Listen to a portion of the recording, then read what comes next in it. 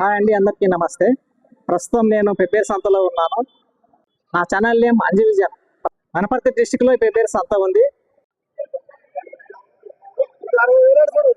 ఈ 60,000 కొనుకొచ్చినా